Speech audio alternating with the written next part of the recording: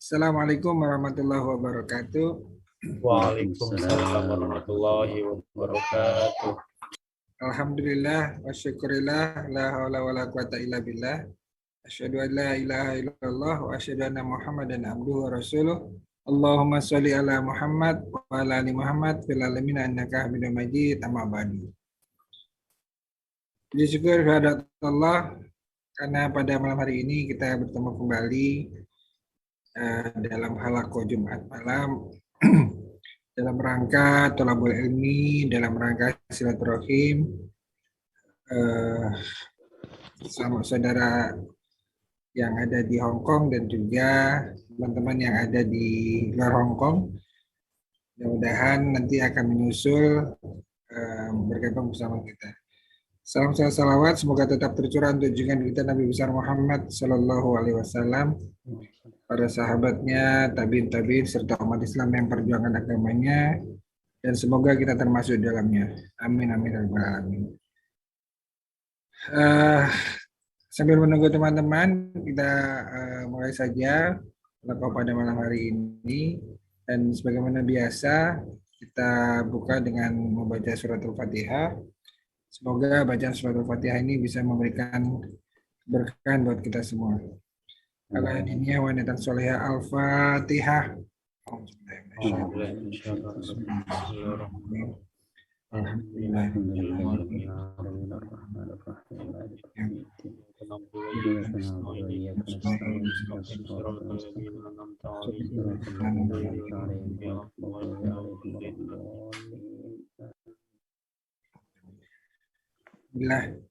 Baik, malam hari ini kita akan melanjutkan kembali kajian Sirah Nabawiyah yang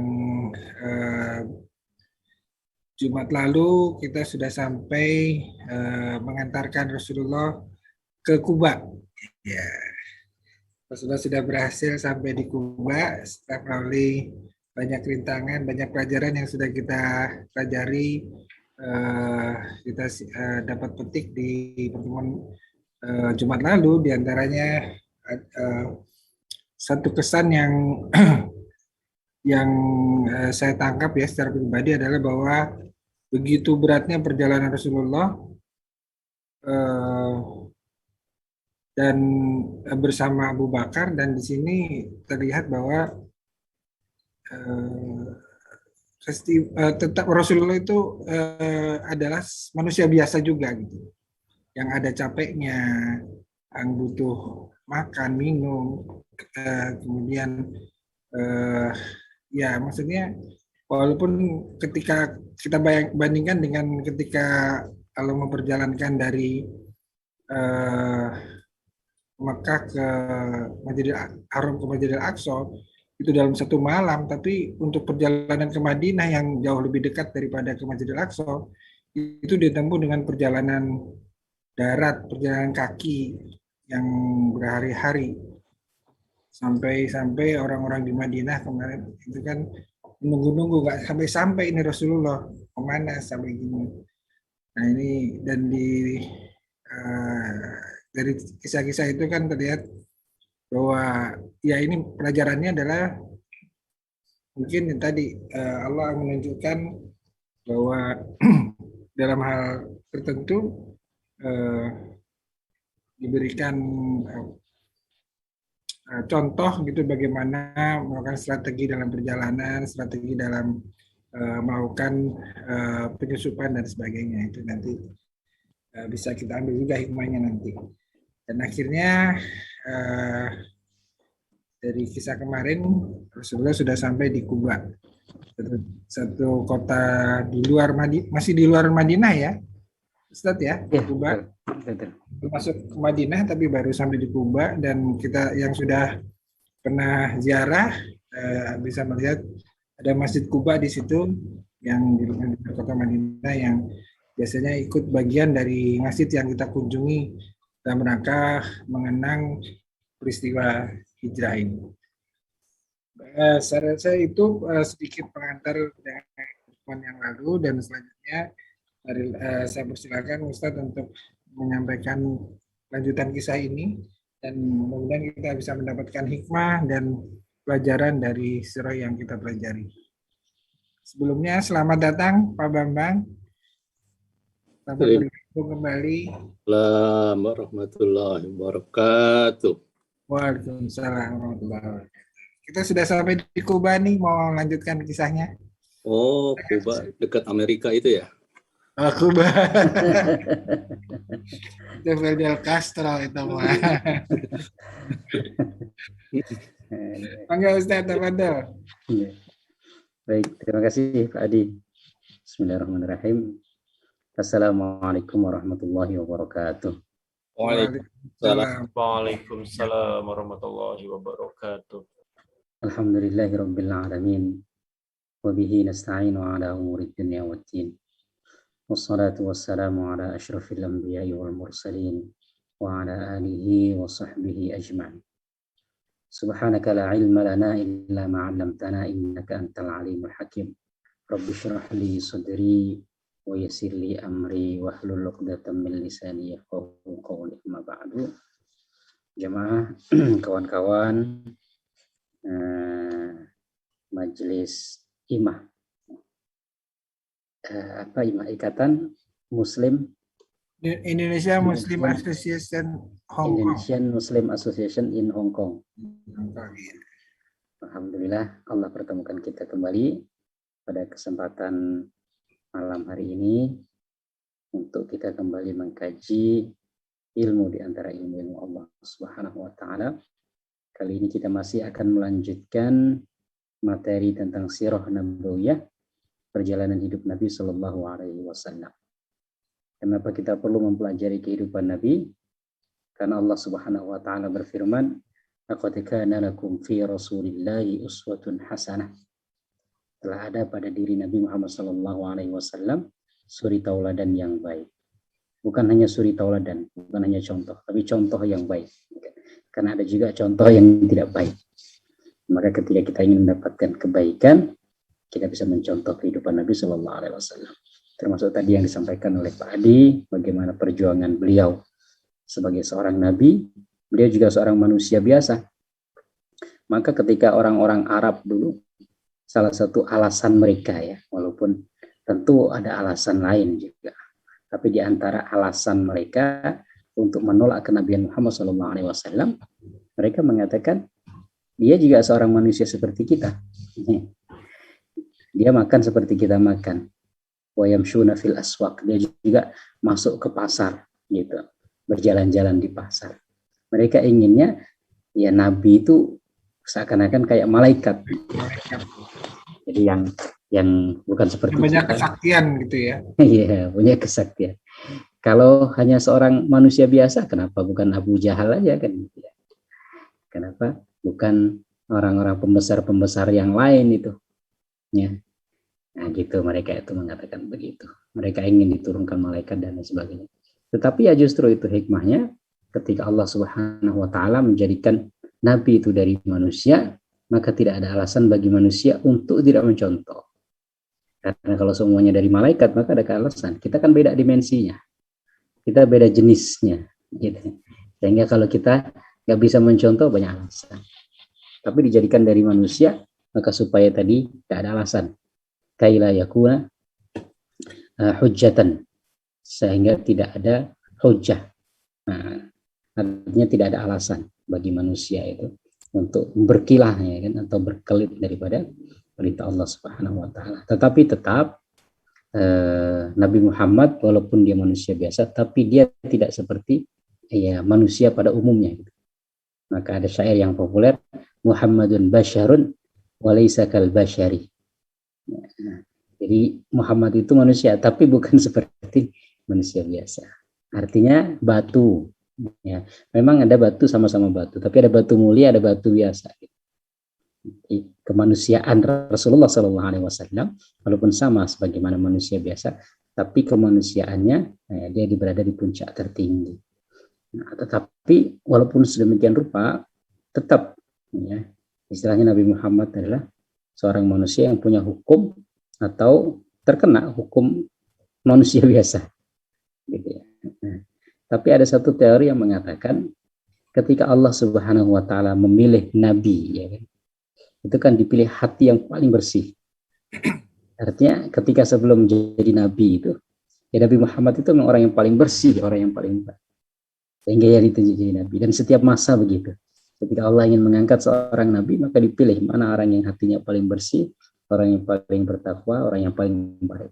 Nah, pilihannya jatuh kepada Rasulullah SAW di zaman ini. Zaman-zaman sebelumnya ya seperti itu.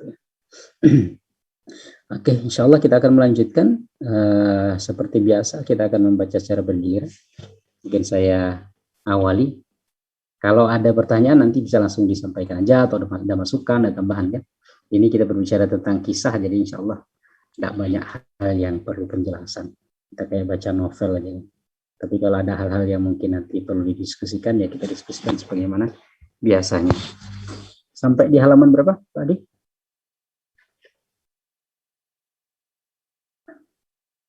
Masih ingat ya?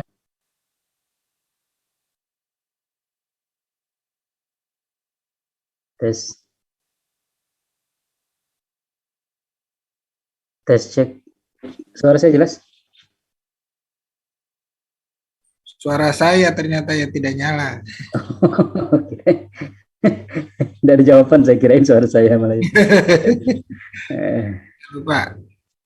Ini Ustaz ya, berada di Kuba ya. Rasulullah berada di Kuba. Kuba itu ya dia di luar Madinah, tapi tidak jauh lagi dari Madinah, sekitar 8 km saja. 7 sampai 8 km. 7 bukan berapa kilo ya? Mungkin nanti lupa saya berapa, nggak terlalu jauh, dia dekat dengan Madinah, tapi masih berada di luar Madinah. Rasulullah SAW sampai di Kuba sekarang. Bismillahirrahmanirrahim. Pada hari Senin, tanggal 8 Rabiul Awal. Penetapan tanggal ini sebenarnya nggak bisa dipastikan ya, kalau Hijriah itu. Karena Hijriah itu kan antara 29 atau 30 nggak bisa ditarik mundur. Artinya memang kita bisa narik mundur ya kan. Tetapi apakah di bulan itu 29 atau di bulan itu 30 kan kita tidak bisa memastikan. Beda dengan kalender Masehi. Kalau kalender Masehi kan pasti ya, bisa kita tarik mundur gitu. Ini 28, ini 29, atau ini 30, ini 31. Itu sudah paten setiap bulannya itu. Kalau Desember ya segitu, Januari ya segitu. Nanti Maret juga segitu. Februari ada yang kadang 28, kadang 29. Bisa diketahui. Tapi kalau bulan Hijriah itu kan tidak bisa. Maka Syekh Mubarakfuri menyampaikan di sini sesuai dengan ijtihad beliau ya, hitung-hitungan beliau begitu. Pada tanggal Rabiul Awal tahun ke hari Senin 8 Rabiul Awal. Nah, tahun hari Senin 8 Rabiul Awal tahun ke-14 kenabian itu ditarik mundur. Tapi kan bisa jadi di suatu tahun tertentu itu mungkin Rabiul Awalnya 29 nanti, atau di tahun selanjutnya 30. Itu kan tidak bisa memastikan gitu. Yang bisa memastikan adalah yang hidup ketika itu atau terekam betul-betul dalam suatu kalender tercatat. Sementara kalender Islam saja itu baru tertulis, baru benar-benar dibuat itu di tahun ke-17 Hijriah di masa Umar bin Khattab. Sudah pernah kita singgung kayaknya. Nah, artinya ya ini ijtihad beliau. Maka ketika beliau dalam buku ini mengatakan Rasulullah itu lahirnya bukan 12 Rabiul Awal. Dia lebih berpendapat bahwasanya Rasulullah itu lahir kalau nggak salah 21 Rabiul Awal gitu. Sekitar 21 Rabiul Awal. Karena hitungan mundur beliau gitu ya. Tapi tadi hitungan mundurnya itu nggak bisa dipastikan kalau kalender Hijriah. Karena nggak ada yang tahu tuh. Di tahun ke-20 Hijriah itu kira-kira Rabiul Awalnya itu 29 ke 30. Syawalnya atau Ramadannya 29 atau 30. Kan tidak ada yang tahu. Sementara catatannya juga tidak ada gitu ya. Nah gitu. Maka ini kita kalau melihat ya hari Senin tanggal 8 Rabiul Awal, nah berarti ini menurut ya hitung-hitungan beliau. Atau tahun pertama dari hijrah. Artinya tahun ke-14 kenabian itu dianggap tahun pertama hijrah. Nah, sebelum tahun hijrah dianggap tahun kenabian. Berarti tahun kenabian 1, tahun 2 kenabian, 3 kenabian, sampai 13 kenabian. Nah, itu ya. Tahun ke-14-nya sudah kemudian berganti menjadi tahun hijriah. Maka ketika kita membaca kisah Sirah Nabawiyah itu, nanti penanggalannya pasti dengan 2 itu penamaan. Ya, penamaan sebagai kalender kenabian dengan kalender hijriah. Rasulullah SAW mengalami masa yang disebut dengan masa kesedihan, tahun kesedihan. Itu tahun keberapa? Tahun 10 kenabian. Nah, gitu ya. Bukan 10 hijriah. Kalau 10 hijriah, Rasulullah SAW ya sudah di Madinah. Nah, ini bertepatan dengan tanggal 23 September 622 Masehi. Ini juga sama. Ini berdasarkan hitungan ijtihad beliau. Rasulullah tiba di Kuba. Abdullah ibnu Zubair menuturkan bahwa tatkala orang-orang Muslim di Madinah mendengar kabar tentang Rasulullah dari Mekah, maka setiap pagi mereka keluar menuju tanah lapang menunggu kedatangan beliau. Lalu mereka pulang tatkala panas matahari menyengat pada tengah hari. Suatu hari tatkala mereka sedang pulang setelah menunggu sekian lama, dan tatkala mereka sudah masuk ke rumah mereka masing-masing, ada salah seorang Yahudi yang naik ke atas benteng mereka dan untuk keperluan. Saat itu dia melihat Rasulullah dan rekan-rekannya. Karena Rasulullah ada 4 orang kemarin yang kita baca ya. Rasulullah, Abu Bakar, kemudian Amir ibnu Fuhairah, pembantunya Abu Bakar, kemudian satu pemandu namanya Abdullah ibnu Uraiqid. Mana tadi? Rekan-rekannya membentuk titik putih yang kabur karena fata morgana. Orang Yahudi itu tidak kuasa menahan diri untuk berteriak dengan suara nyaring.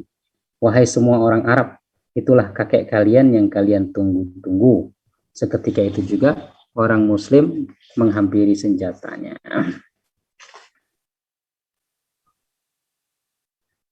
Oke, ya. Ibnu Qayyim berkata, aku mendengar suara hiruk pikuk dan takbir di kalangan Bani Amr bin Auf. Orang-orang Muslim bertakbir karena gembira atas kedatangan beliau. Mereka pun keluar rumah untuk menyongsong dan menyambut dengan ucapan selamat atas nubuah beliau, lalu mereka bergelompol di sekeliling beliau. Beliau diam dengan tenang karena wahyu turun kepada beliau. Fa innallaha huwa maulahu wa jibrilu wa salihul mu'minin. Itu betul. Lanjutannya. Iya. Iya, betul ya. Oh, ya. 196. 196. Ini 197. Ya, betul ya. Ya. Ayat itu turun fa innallaha huwa maulahu wa jibril wal malaikatu ba'da dzalika zahir. Rasulullah sallallahu alaihi wasallam ketika menerima wahyu ada beberapa keadaan. Kadang Rasulullah itu menerima wahyu dia seperti mendengar lonceng yang sangat keras bunyinya. Dan sangat keras sehingga beliau kemudian menundukkan kepala, bahkan kadang-kadang sampai bercucuran keringat. Nah, di sini Rasulullah tidak terlalu berat. Kadang-kadang langsung Rasulullah itu memahami bahwa sudah datang wahyu. Kadang-kadang Jibril menyerupai manusia. Yang paling ringan itu kalau Jibril menyerupai manusia, kemudian menyampaikan kepada Nabi SAW. Urwah bin Zubair berkata, lalu mereka menyongsong kedatangan Rasulullah. Beliau berjalan bersama mereka hingga berhenti di Bani Amr bin Auf. Hal ini terjadi pada hari Senin, bulan Rabiul Awal. Abu Bakar berdiri, sementara beliau hanya duduk sambil diam. Orang-orang Ansar yang belum pernah melihat Rasulullah mengira bahwa beliau adalah Abu Bakar yang berdiri itu. Tatkala panas matahari mengenai beliau, maka Abu Bakar segera memayungi beliau dengan mantelnya. Pada saat itulah mereka baru tahu Rasulullah SAW. Karena pertama kali ya. Karena tadi ya, Abu ini Bakar masih di Kuba ya? Ya. Oh, tapi kok penduduk Madinah ya? Sudah termasuk bagian dari Madinah Kuba itu? Mereka menunggu ya. Tapi ini gimana tadi? Atau sudah masuk? kan ini agak rancu. Semuanya bagaimana?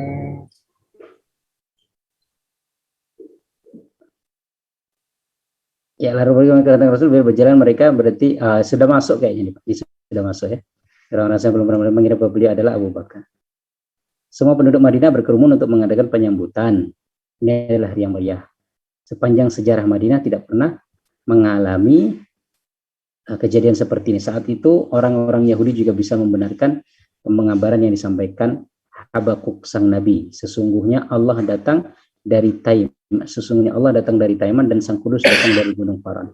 Rasulullah berada di Kuba di rumah Kulthum bin Hadam, berarti masih di Kuba. Namun ada pendapat yang mengatakan bahwa beliau menetap di rumah Sa'ad ibnu Khaitamah. Pendapat yang pertama lebih kuat. Sementara itu Ali bin Abi Thalib berada di Mekah selama 3 hari untuk menyelesaikan urusan Rasulullah SAW dengan beberapa orang seperti yang dipesankan beliau. Setelah itu dia hijrah ke Madinah dengan cara berjalan kaki hingga bertemu beliau di Kuba dan juga menetap di rumah Kulthum bin Al-Hadam. Ini diantara perjalanan Rasulullah ke Kuba. Kita habiskan dulu ya. Beliau berada di Kuba selama 4 hari, itu hari Senin, Selasa, Rabu, dan Kamis. Di sana beliau membangun Masjid Kuba dan sholat di dalamnya. Inilah masjid pertama yang didirikan atas dasar takwa setelah nubuah. Pada hari Jumat, beliau melanjutkan perjalanan dan Abu Bakar membonceng di belakang beliau.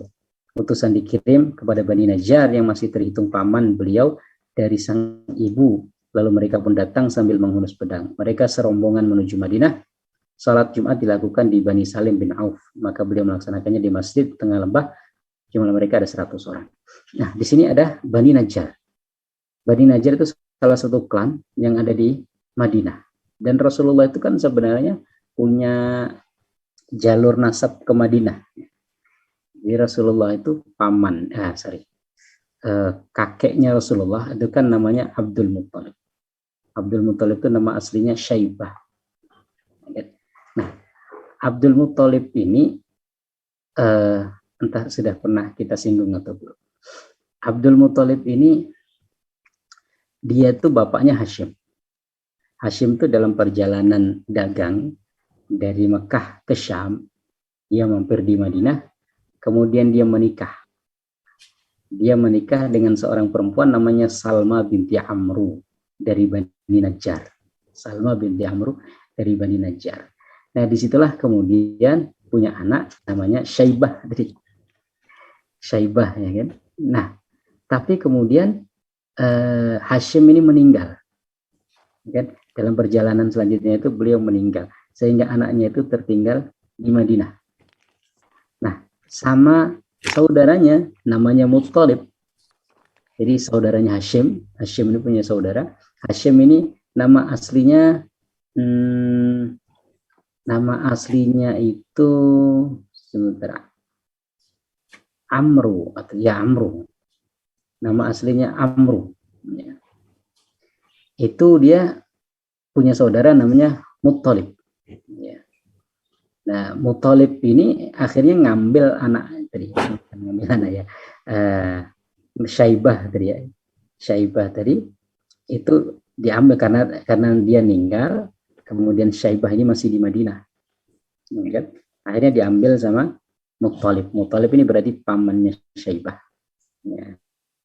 Nah, ketika dibawa pulang sampai ke Mekah, dikiranya bahwasanya Syaibah ini adalah budaknya Muttalib sehingga disebut Abdul Muttalib. Abd artinya hamba. Dikira hambanya, dikira hamba sahayanya Muttalib gitu. Padahal itu adalah ponakannya. Maka kemudian dikenal dengan nama Abdul Muttalib, tapi nama aslinya Syaibah. Gitu ya. Nah, itulah. Nah, di sini maka Rasulullah SAW berarti masih punya keturunan dari Bani Najjar tadi itu, ya, karena kakeknya berarti ibu kakeknya Rasulullah itu dari Bani Najjar tadi. Nah, maka di sini kan disebut masih terhitung paman beliau dari sang ibu, artinya masih ada ya silsilahnya begitulah intinya. Pokoknya Hashim itu dia menikah dengan perempuan dari Bani Najjar di Madinah, kemudian punya anak namanya Syaibah. Nah, Syaibah ini adalah kakeknya Rasulullah yang dikenal dengan Abdul Muttalib. Nah, di Abdul Muttalib ini kemudian punya anak Abdullah, kemudian Rasulullah Sallallahu Alaihi Wasallam. Oke, sampai di sini. Saya ada pertanyaan. Silakan. Ini bersambung atau tidak ya? Kalau dari satu paragraf ini ada titiknya ya setelah membuat pada hari Jumat beliau melanjutkan perjalanan sampai dengan salat Jumat dilakukan di Bani Salim maka beliau melaksanakannya di masjid di Tanah Lembah. Ini yang maksudnya masjid di Tanah Lembah ini masjid Jumat itu bukan? Atau di masjid Kuba ini? Berbeda kan ya berarti? Gimana Pak? Yang dimaksud dengan masjid Jumat kan ada masjid Jumat katanya sejarahnya di tempat itu didirikan sholat Jumat pertama kali. Apakah ini masih di sini yang maksudnya atau bagaimana? Jadi dulu itu memang bukan artian masjid dalam artian bangunan. Jadi Rasulullah mendirikan Jumatan pertama itu di tempat terbuka aja di perkampungan Bani Salim tadi ya. Nah, gitu. Jadi disitulah didirikan sholat Jumat. Nah, setelah didirikan sholat Jumat, akhirnya kemudian disebut masjid. Ya. Kemudian itulah mungkin dijadikan sebagai masjid. Tapi kalau Kuba ini memang Rasulullah ingin mendirikan masjid. Tapi bukan dalam bentuk bangunan dulu. Artinya ini akan dijadikan sebagai masjid Kuba. Nah, kemudian melakukan perjalanan lagi. Nah, di hari Jumat itu ada di Bani Salim. Kemudian Rasulullah mengumpulkan di suatu lembah, sholat di situ. Nah, gitu. Nah, tempat sholat dalam bahasa Arabnya namanya masjid, gitu. Tempat sujud istilahnya kan. Nah, kemudian setelah itulah dijadikan sebagai masjid. Ya mungkin karena Rasulullah sholat di situ, maka ya akhirnya dijadikan sebagai masjid. Tapi ketika Rasulullah sholat di situ sebenarnya ya tidak dimaksudkan untuk masjid. Tapi ya kita sholat Jumat di lembah itu. Dan sebagian riwayat mengatakan itulah semua sholat Jumat pertama yang dilakukan oleh Rasulullah Shallallahu Alaihi Wasallam. Itu kemudian dijadikan nama Masjid Jumat, gitu. Karena yang pertama sholat Jumat di situ. Tapi tadi ya bukan untuk dibangun masjid sebenarnya. Jadi karena terkumpul di situ, yuk kita sholat di lapangan terbuka ini ya kan. Nah, setelah itu kemudian Rasul nanti melanjutkan perjalanan lagi ke Madinah. Ustadz, ini urutannya ini agak rancu, dia bilang penduduk Madinah dengan Kuba. Mungkin di sini maksudnya penduduk Madinah ini penduduk Kuba kali ya Ustadz ya? Allah alam, kemungkinan ini mereka Karena mungkin jadi agak sambil menunggu di sana gitu. Ya, bahwa tatkala orang Muslim di Madinah mendengar kabar ini kan, terus ini, nah ketika Yahudi naik ini loh, ini Yahudi ini dia tinggalnya di Kuba jangan-jangan. Karena di sini di bawah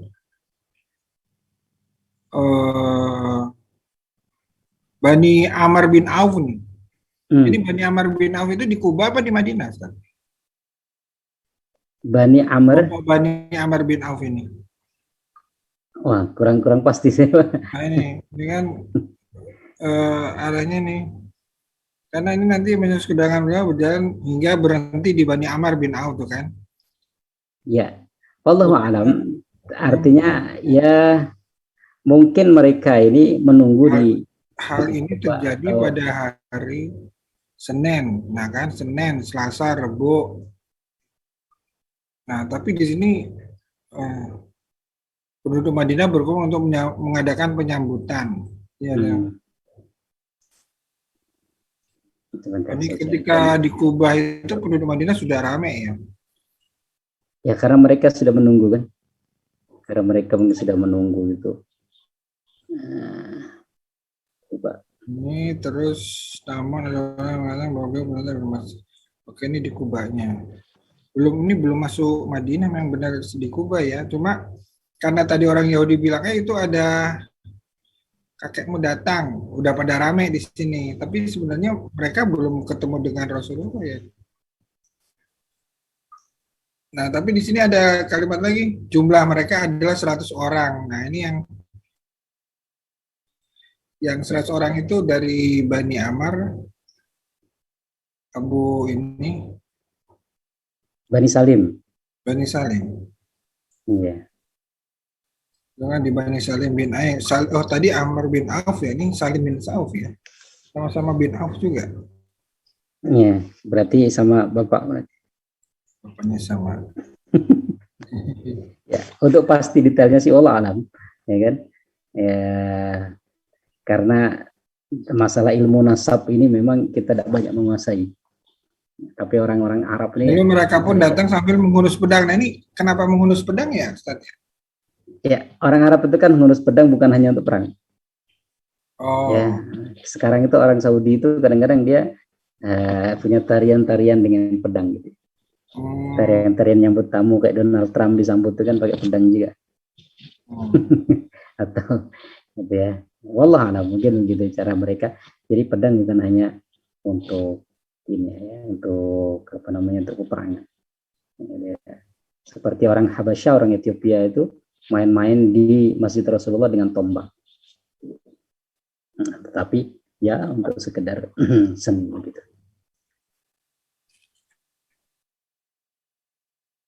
Oke, ada yang lain? Oke, ada tambahan mungkin? Yang mau nambah belum masuk nih. Mas Andri mau nambahin, Mas Andri? Belum. Tunggu Pak Didi aja biasanya yang nambah. Masih belum selesai nih kayaknya ininya. Ya. Ngajarnya. Mungkin ada kelas MCK. Kita lanjutkan dulu, Ustaz? Ya, dilanjut. Akhirnya. Saya baca dulu ya, Ustaz. Silakan. Memasuki Madinah. Seusai sholat Jumat, Nabi Shallallahu Alaihi Wasallam memasuki Madinah. Sejak hari itulah Yatsrib dinamakan Madinatul Rasul Shallallahu Alaihi Wasallam, yang kemudian disingkat dengan nama Madinah. Inilah hari yang sangat monumental. Semua rumah dan jalan ramai dengan suara tahmid dan takbis. Sementara anak-anak gadis mereka mendengarkan bait-bait syair karena senang dan gembira. Ini sholawat Badar itu ya? Tola al-badru alaina. Tola al-badru alaina atau asyraqal badru alaina. Asyraqal badru alaina. Sama. Pertama telah terbit di atas kami dari arah Saniyatul Wada. Kita wajib mengucap syukur dengan doa pada Allah semata. Wahai orang yang diutus kepada kami, kau datang membawa urusan yang dia taati. Nanti Ustaz bacain aslinya ya. Sekalipun orang-orang Ansor bukan termasuk orang-orang yang sangat kaya, tetapi setiap orang di antara mereka berharap agar Rasulullah Shallallahu Alaihi Wasallam singgah di rumahnya. Tidak ada satupun rumah yang dilalui beliau, melainkan mereka pasti memegang tali kekang unta beliau sambil meminta agar beliau berkenan singgah di rumahnya. Beliau bersabda, berilah jalan kepada unta ini, karena ia adalah unta yang sudah diperintah. Ontra beliau terus berjalan hingga tiba di suatu tempat yang sekarang ini menjadi Masjid Nabawi. Di tempat ini dia menderum, namun beliau tidak turun dari punggungnya. Onta itu berdiri lagi, berjalan beberapa langkah, menolehkan kepala lalu kembali lagi dan menderum di tempat semula. Baru kemudian beliau turun dari punggungnya. Tempat itu berada di Bani An-Najjar, yang masih terhitung paman-paman beliau.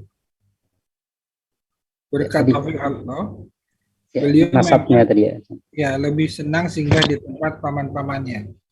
Dengan begitu beliau bisa memuliakan mereka. Semua orang berbicara kasak-kusuk tentang Rasulullah SAW yang singgah di rumah mereka. Maka Abu Ayyub Al-Ansari segera mengambil pelana unta milik Rasulullah lalu memasukkannya ke dalam rumah. Melihat hal itu beliau bersabda, seseorang itu beserta pelananya. Sementara As'ad bin Zurarah datang sambil memegangi tali kekang ontanya dan berada di dekat beliau. Dalam riwayat Al-Bukhari dari Anas disebutkan, Nabi Shallallahu Alaihi Wasallam bertanya, siapakah rumah kerabat kami yang paling dekat jaraknya? Abu Ayyub menjawab, aku wahai Rasulullah, itu rumahku dan itu pintunya. Maka beliau beranjak dan Abu Ayyub menyiapkan tempat yang biasa digunakan untuk istirahat siang. Saat itu beliau bersabda, orang-orang yang berada pada barokah Allah. Selang beberapa hari kemudian istri beliau Saudah dan kedua putri beliau Fatimah dan Ummu Kulsum tiba di Madinah bersama-sama dengan Usamah bin Zaid, Ummu Aiman, Abdullah bin Abu Bakar dan seluruh keluarga Abu Bakar, termasuk pula Aisyah. Sementara Zainab, putri beliau masih tinggal bersama suaminya Abul As di Makkah. Zainab belum memungkinkan untuk hijrah dan baru hijrah setelah perang Badar. Aisyah lanjut. Bentar. Ya, tadi ada apa namanya Ayo. pengubahan nama. Nama Madinah itu sebenarnya asalnya kan Yathrib. Tapi Rasulullah itu sebenarnya nggak ngasih nama Madinah. Rasulullah itu ngasih nama Thibah. Jadi Rasulullah mengganti nama jadi Yathrib menjadi Thibah. Yathrib artinya celaan atau hinaan. Ya. Tetapi Rasulullah SAW tidak suka dengan nama-nama yang tidak baik begitu. Maka kemudian diganti menjadi Thibah. Maka nama Madinah itu sebenarnya penamaan Rasulullah Thibah. Kemudian dikenal dengan kotanya Rasulullah gitu ya. Nah, karena Rasulullah hijrah ke sana, maka ini kotanya Rasulullah. Tapi Rasulullah nggak ngasih nama Madinah gitu. Ngasih namanya Thibah. Kemudian dikenal dengan itu kotanya Rasulullah. Akhirnya kemudian dikenal dengan Madinah gitu saja. Madinatul Rasul. Akhirnya kemudian disingkat menjadi Madinah yang kemudian populer dengan nama Madinah, dan justru penamaan Thibah itu ya tergeser dengan nama Madinah. Tetapi Rasulullah nggak ngasih nama ini Madinah gitu.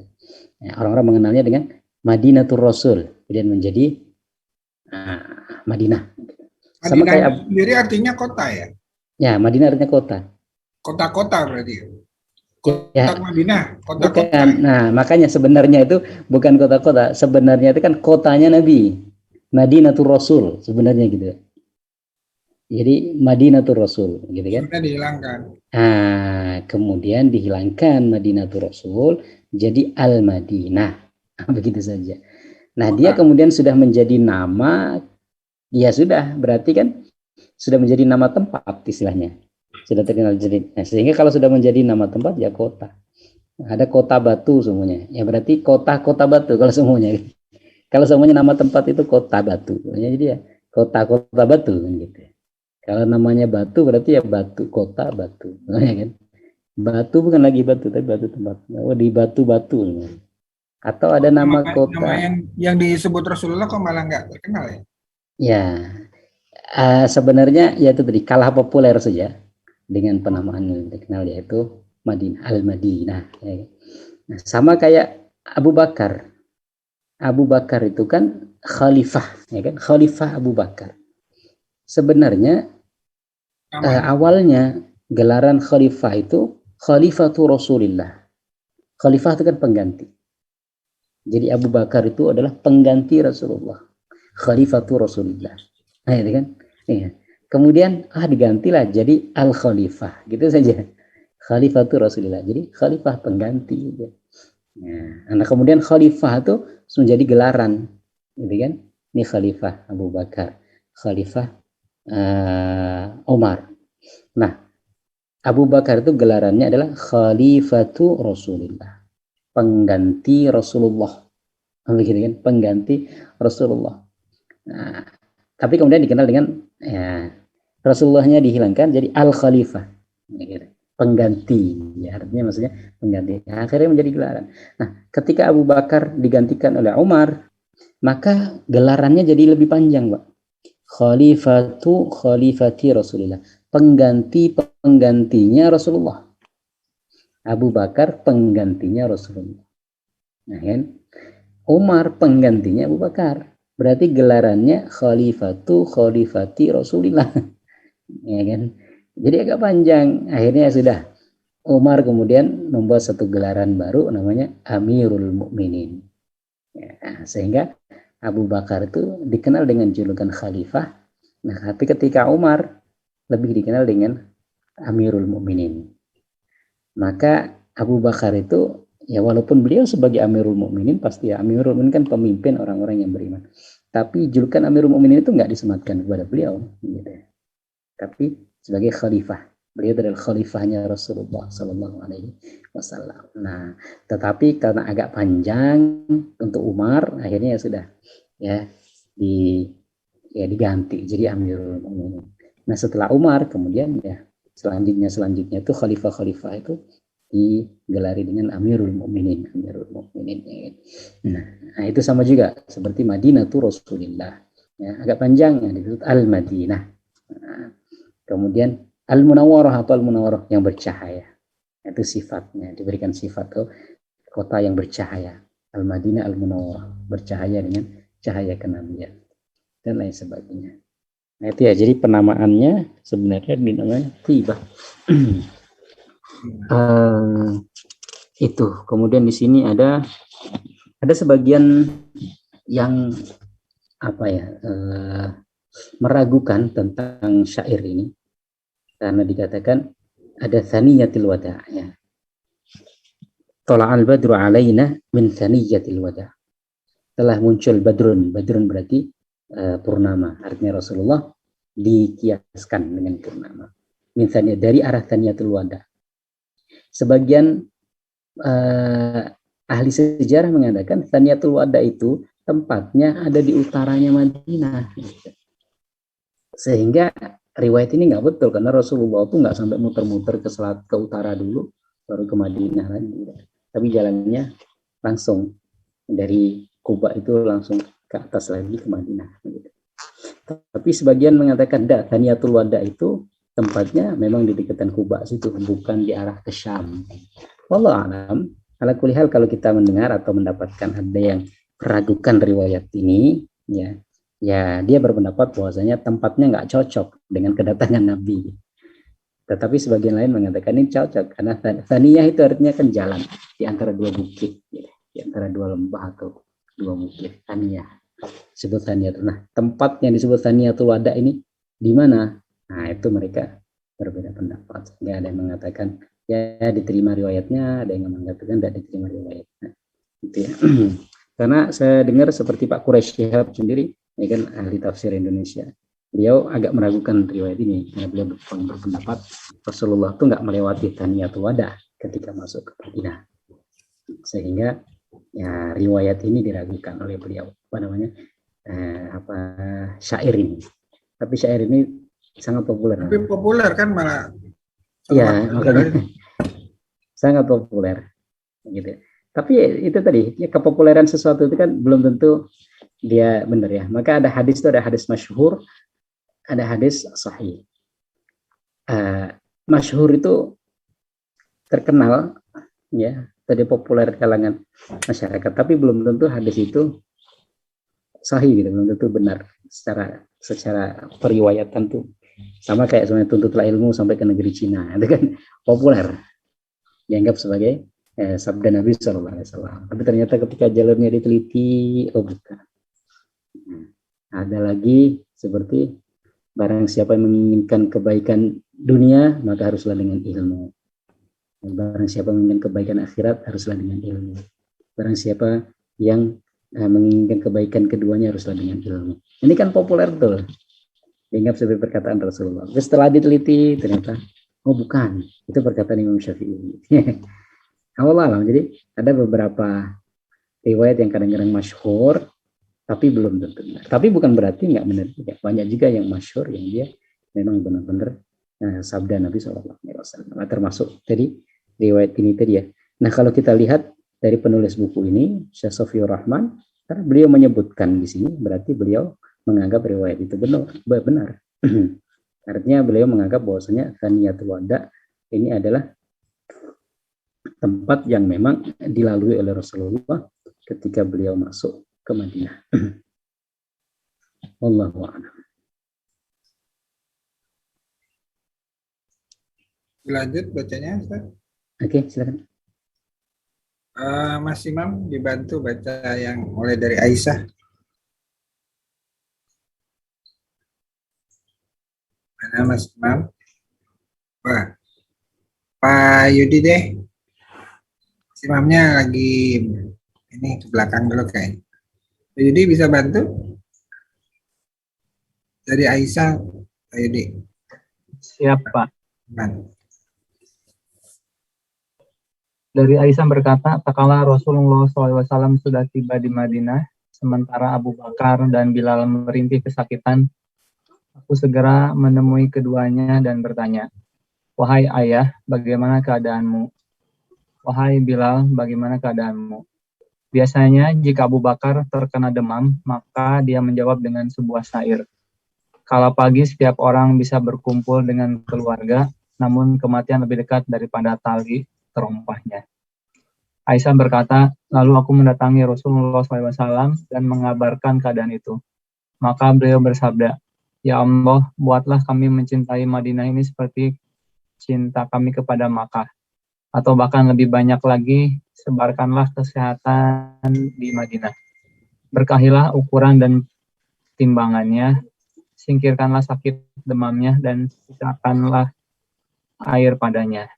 Begitulah bagian dari kehidupan Rasulullah yang menandai akhirnya satu paro dakwah Islam, yaitu periode Makkah. Berarti Ustadz di sini udah dibilang nama Madinah ya? Apa tadi seperti yang nama yang tadi? Iya, padahal bukan sebutannya Rasulullah ya. Iya. Karena dia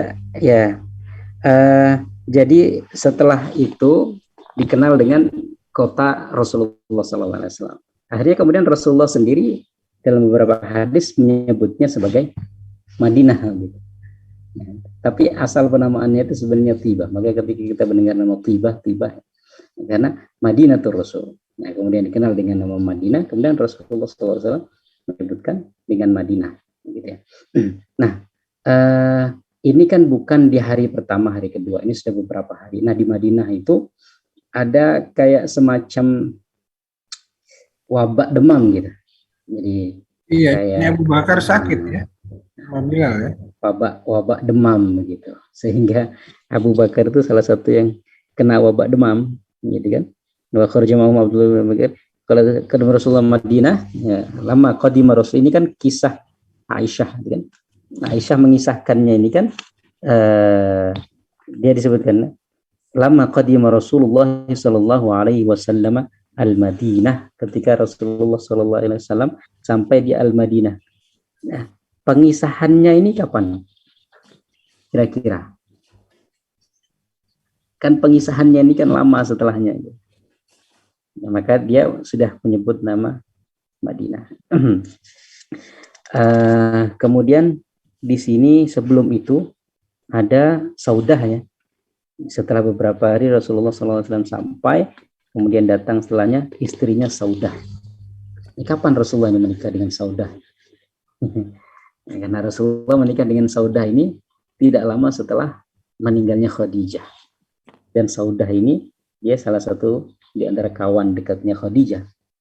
Maka antum bayangin, Rasulullah ketika itu usianya 50 tahun ketika Khadijah meninggal. Dan Khadijah umurnya berapa ketika meninggal? Jaraknya kan 15 tahun ya. Rasulullah umur 25 menikah dengan Khadijah umur 40 tahun. Berarti ketika umur Rasulullah 50 tahun, umur Khadijah 65 tahun. Sepeninggalnya Khadijah, Rasulullah itu menikah dengan Saudah, yang umurnya Saudah ini tidak jauh dengan umurnya Khadijah. Artinya umur Saudah sekitar itu 65 atau 63 tahun. Nah, itu dinikahi oleh Rasulullah tidak lama setelah meninggalnya Khadijah, gitu ya. Nah, akhirnya artinya ketika Rasulullah hijrah itu Rasulullah sudah menikah dengan Saudah. Artinya Rasulullah dan Saudah sudah pasangan suami istri. Nah, cuman ya tadi ya nggak bersamaan untuk berangkat ke Madinahnya. Kemudian mana tadi?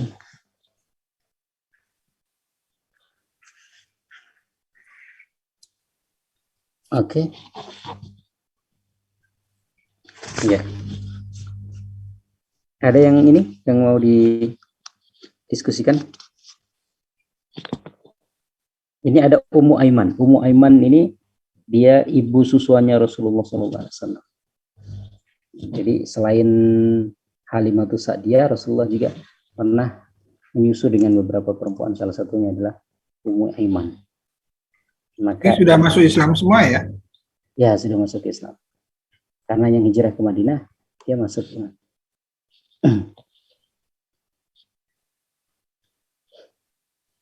Ummu Aiman. Nah, beliau ini salah satu dari pengasuhnya Rasulullah SAW. Ya, dia ini kalau tidak salah ingat saya, dia itu termasuk pembantunya Aminah. Kemudian disuruh untuk ngasuh Rasulullah SAW, dan Rasul pernah disusuin sama beliau, sehingga jadi ibu susuan dengan beliau. Ibu susuan ini kan sama seperti ibu kandung, artinya secara mahram dia juga sama.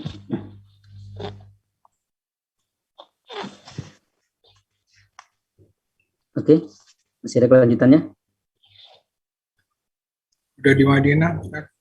Udah di Madinah. Berarti udah selamat. Udah selesai hijrahnya, udah dapat. Ya. Kita lanjutkan ke kehidupan di Madinah. Ya, tidak apa-apa, kita lanjutin. Bagaimana kehidupan di Madinah? Mas Di Imam, situ ada petanya, Pak ya? apa? Ada petanya, itu gambar di buku ini. Oh, udah ada ya. Kita apa nih, Ustaz? Peta kawasan Madinah ini. Kayaknya nggak ada. Yang waktu Kalau kemarin hijrah. Di buku saya ini ada di sini. Jadi di sinilah perkampungan tadi, Pak. Mungkin Pak Adi ceritanya kan. Jadi perkampungan siapa. Ini ada perkampungan Bani Quraibah, perkampungan. Nah itu Bani. kalau di situ gimana, Chan? Masuk Kubahnya, ketemu dengan 100 orang tadi itu waktu di Kubah berarti ya? Nah di situ juga sudah ada perkampungan sih. Ya, di sini ada perkampungan Yahudi juga ada. Tapi Allah alam ya untuk pastinya nih. Ada Madinah atau kita cari peta yang lebih jelasnya.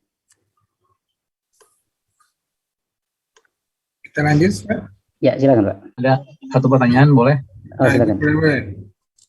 Ini mengenai mulai dari Masjid Quba ya. Ya, pada saat pembangunan itu apakah memang kasarnya ada sunahnya membangun masjid ini harus seperti ini, bentuknya ini, ataukah memang terikat dengan budaya ya? Sehingga kan kalau setelah ditarik ke zaman sekarang seolah-olah kalau Muslim identik pasti ada kubahnya, ada mihrabnya untuk ini. Nah, sebenarnya sendiri ada tuntunannya seperti itu atau memang tidak ada, Ustaz? Oh iya.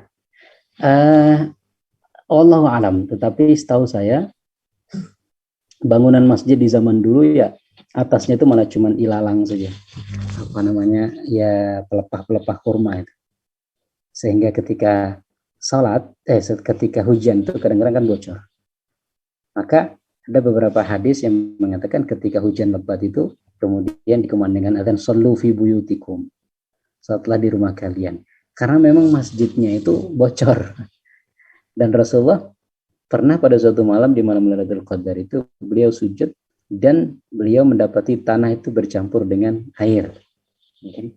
Nah, itu salah satu riwayat tentang Lailatul Qadar itu Rasulullah sujud dan di dahinya itu tanah bercampur dengan air karena memang kena tetesan hujan.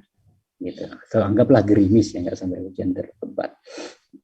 Nah dari sini maka nggak ada kubah-kubah dan lain sebagainya. Ya seperti itulah bangunan masjid di zaman Rasulullah SAW. Maka seumpamanya sekarang ada hujan kemudian kita disuruh sholat di rumah masing-masing sebenarnya nggak cocok keadaannya. Nah, kan yang pertama masjidnya itu insya Allah tidak bocor. Yang kedua untuk sampai dari rumah ke masjid orang mesti punya mobil ya, bisa menggunakan transportasi yang tertutup gitu.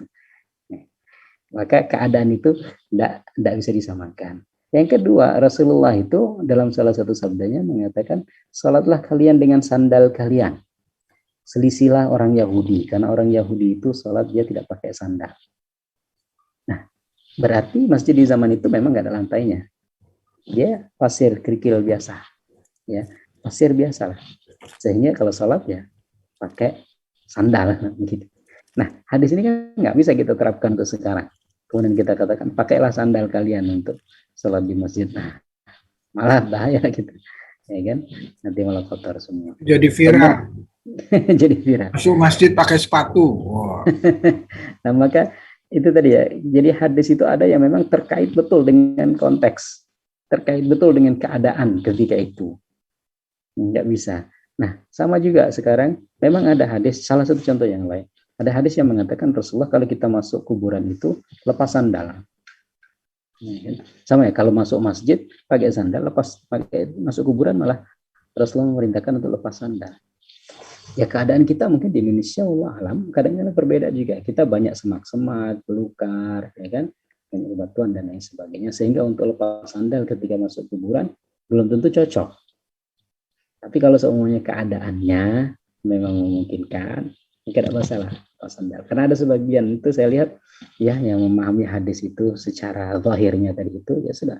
Ketika masuk kuburan dilepas sandal. Kalau masuk kuburan keramat biasanya Ustadz harus pakai jalannya harus pakai dengkul. Nah itu mungkin itu Pak Dirman. Jadi, nah sekarang kenapa kubah dan lain sebagainya? Wallahu alam, saya tidak tahu apa namanya awalnya ya, seperti apa awal pembangunannya, kemudian pakai kubah. Tapi setahu saya mungkin terikat dengan adat, ya. Artinya kebiasaan ya di suatu masyarakat kemudian pakai kubah. Karena kalau terkait dengan masjid kita, justru awal-awal ketika Islam masuk itu kan masjidnya nggak pakai kubah kan, kayak rumah gitu ya, kayak masjid-masjid lama gitu, masih Demak itu kan, dia itu bukan kubah tapi dia kubus ya, mengerucut seperti itu kayak piramid gitu ya. Maka kemungkinan besar ini terkait dengan terkait dengan adat kebiasaan suatu masyarakat saja. Bahkan di Mesir itu masjid itu tidak ada kubahnya awal-awal pembangunan itu. Jadi masjid itu ada sahannya. Sahan itu tengahnya kosong. Saya carikan gambarnya. Masjid di Mesir awal-awal Islam masuk tuh dan sampai sekarang masih banyak dilestarikan. Ada masjid yang pertama di benua Afrika itu namanya Masjid Amr bin As. Ada di daerah Fustot ya, di kawasan Kairo lama itu masjidnya tuh tengahnya bolong, nggak ada kubah, tengahnya tuh bolong biasa. Nah di situ kemudian jadi tempat wudhu, kemudian baru samping kanan kirinya itu tempat untuk sholat. Sama juga dengan Masjid Al Azhar, Masjid Al Azhar Mesir itu ya, tempat Universitas Al Azhar itu tengahnya tuh kosong. Nah, kemudian baru di samping-sampingnya itu dibangun kubah kecil. Gitu ya. Kubah kecil. Nah, identiknya itu kubahnya. Kalau kita nih, sekarang di Indonesia itu kan kubahnya itu di tengah gitu ya. Kubah di tengah besar, kemudian tengahnya itu memang kawasan yang lapang begitu untuk sholat. Yang atasnya. Kalau di Mesir justru enggak. Jadi tengahnya itu justru kosong dia. Jadi benar-benar matahari itu kena. Kubahnya di mana? Kubahnya itu justru kayak di tiang-tiang gitu ya, di menara gitu. Kemudian ada kubah kecil gitu, bukan kubah di tengah yang besar gitu ya. Kayak Masjid Istiqlal gini ya. Nah kalau Masjid Istiqlal kan itu ada tempat terbukanya tuh ya. Ada ya. Tapi kan dia kubahnya kan di tengah-tengah bangunan kan? Atau enggak, Pak? Ini Masjid Al Azhar Kairo. Nah, ini kan, ini tengah-tengahnya nih, Pak. Nah, ini yang ada sharing. Nah, inilah sahan namanya, tempat tengahnya ini. Nah, dulu tempat tengahnya ini itu tempat wudhu dia. Dia ada tempat wudhu begitu. Nah, kubahnya itu kan kecil, ini kan ya kayak cuman buat hiasan aja gitu. Coba Pak Adi cari Masjid Amr bin As ya. Mesir, Masjid Amr bin As.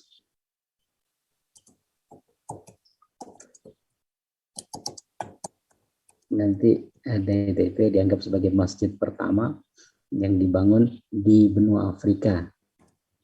Karena yang membangun itu adalah sahabat Amr bin As yang membawa Islam ke Afrika melalui Mesir, maksudnya pertama kali. Amr bin As. Yang Egypt. Gor nih, yang Mesir nih. Nah, nih, yang bawahnya. Ini Mesir nih.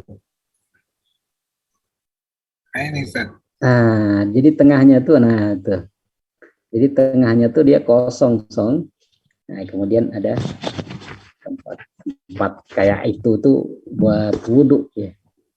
Nah, jadi masjid Oh ini ya, ini tempat wudhu nih. Nah, ini tempat wudhu nih. Dulu. Zaman dulu ya, tapi sekarang ya sudah punya tempat wudhu masing-masing, tapi masih ada. Ada masjid yang sering yang dulu dikunjungi Obama ketika ke Mesir itu, Masjid Jami' Sultan, Masjid Sultan, Masjid Sultan Hasan. Ini Masjid Sultan Scholar. Nah, Masjid Sultan Hasan ini juga. Nah, jadi kayak gitu bangunan. Jadi tidak ada kubahnya yang besar yang menutupi bangunan tengah gitu. Tidak ada. Nah, tapi yang sekarang ya mulai ya bangunan-bangunan masjid-masjid baru ya kubahnya di dalam gitu. Dan kalau masjid zaman dulu begitu, tengahnya kosong panas. Tapi enak bisa berjemur di situ. Tapi panas ini ya, tempat panas nggak ada atapnya lagi. Itu kalau kosong di tengah dipakai sholat juga apa enggak? Sholatnya iya dipakai kalau memang kalau dia dibutuhkan semuanya Pak, sudah nggak ada tempat lagi maka dipakai dia.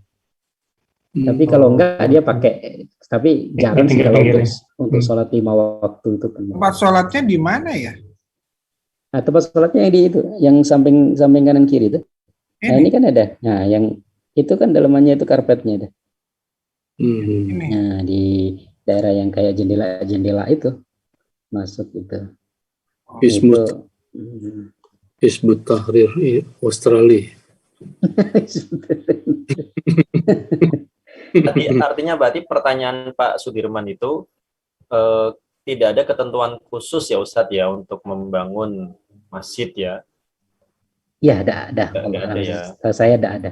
Dan bahkan aturan mengikat itu nggak ada ya? Kayak simbol kita tuh harus bulan bintang itu kan juga ada. Artinya harus bulan bintang. Kalau salib sih wallah alam ya. Di zaman Rasulullah mungkin sudah ada pelang salib. Artinya sudah identik dengan agama Kristen gitu ya. Tapi bahwasanya Islam itu kemudian apa Ustadz tuh yang di Mekah Ustadz? Gimana? Yang kayak tanduk itu yang di dekat jam itu loh yang di Mekah. Itu yang Zam-Zam itu ya.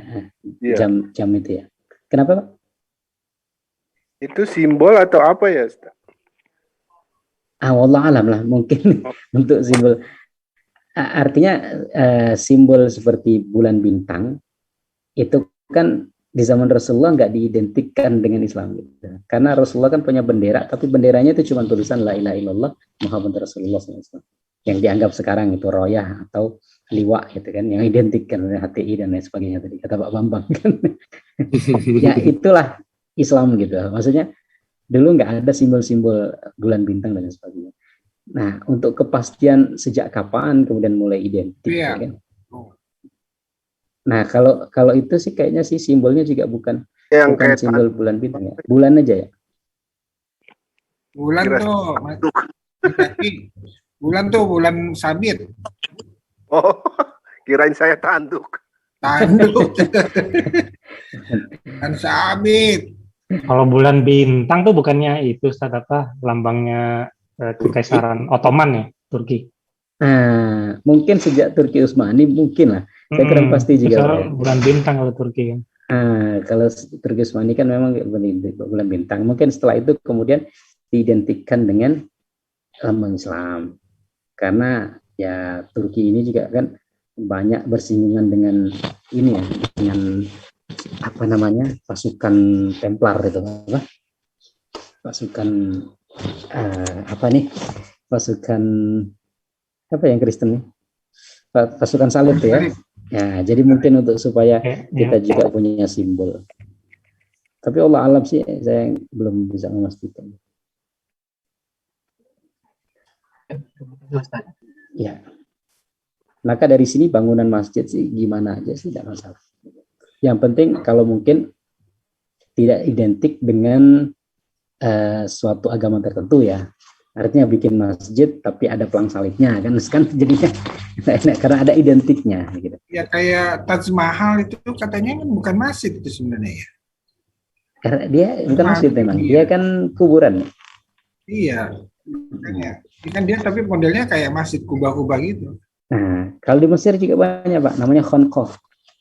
Jadi Khonqoh itu dia kuburan yang kemudian dibangun ya, kuburannya orang-orang ya istilahnya orang-orang berada lah ya, tokoh-tokoh gitu, atau sultan-sultan. Di Mesir kan banyak peradaban kayak kerajaan Mamalik, kerajaan Salahuddin Al-Ayyubi, gitu. Nah, yang dari bangsawan-bangsawan itu ketika dia meninggal, itu kan dibangun dia rumah-rumah kecil ya, ada kubah-kubahnya.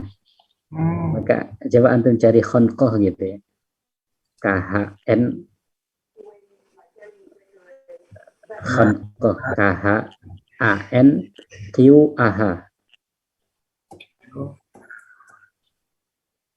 Itu dia kuburan tapi dibangun rumah kayak masjid gitu, tapi tidak masjid ya, yang kubah-kubah gitu ya, sama kayak Taj Mahal itu kan dari istrinya siapa, Mumtaz ya, Mumtaz Mahal atau apa namanya, kekaisaran Mongol.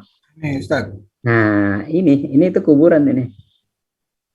Oh, Ada sebagian yang kemudian difungsikan dia jadi masjid.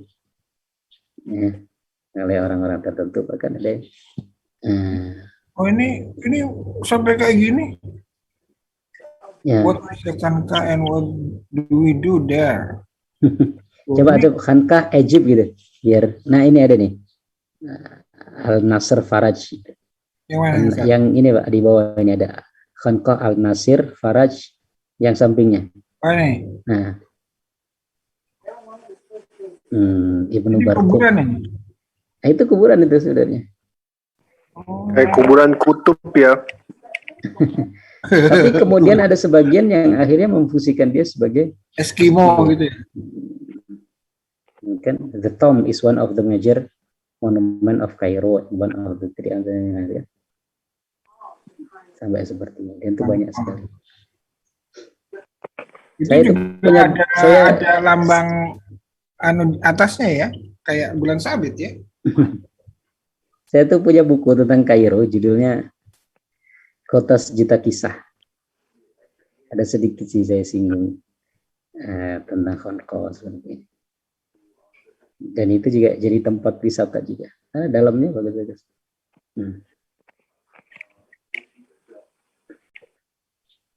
Ada domnya dan lain sebagainya. Allah alam ya itulah. Ini Khonqoh, ini loh, ini Salahuddin Al-Ayyubi. Khonqoh Islamic Landmark. Tapi kayak tempat sholat jadinya ya. Ya itu tadi ada yang kemudian difungsikan dia. Jadi ada kemudian karena tadi ya, karena saking besarnya, luasnya, kemudian akhirnya difungsikan jadi masjid. Ada sebagian yang dibiarkan tetap biasa. Karena luas, makanya itu jadi kritikan sebagian orang juga kan. Karena akhirnya dijadikan sebagai masjid, karena tidak boleh sholat di atas kuburan, katanya kan begitu kan. Ya akhirnya jadi ini kan the Dome of the Rock. Ini yang di Palestina itu ya. Nah ini di Palestina. Ini bukan masjid sebenarnya. Kalau ini masjid. Ini Masjid Kubah Mas, Masjid Sokhro ya.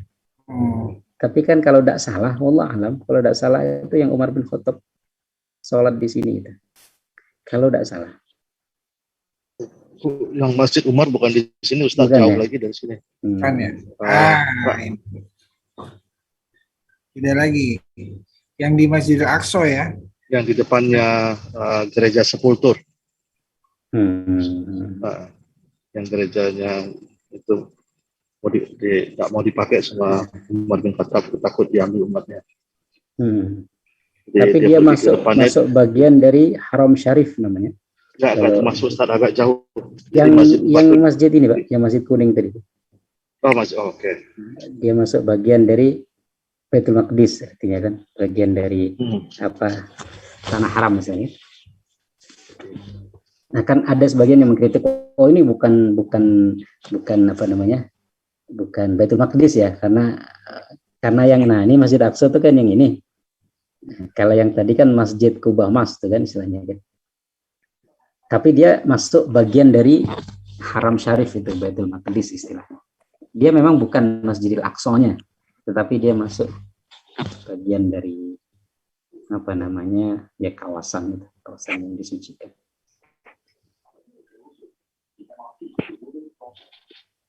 Wallahu a'lam. Oke. Baik, silakan.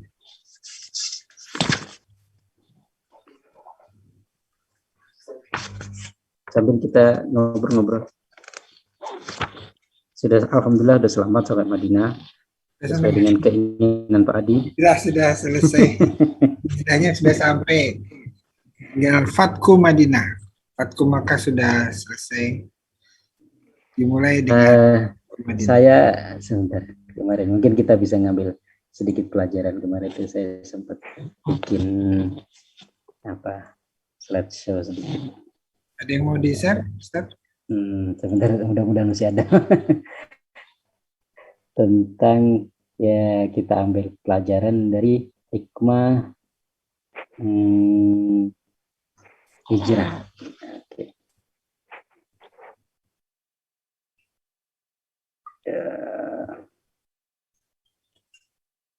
Oke, mungkin saya bisa nge-share nggak Pak Adi?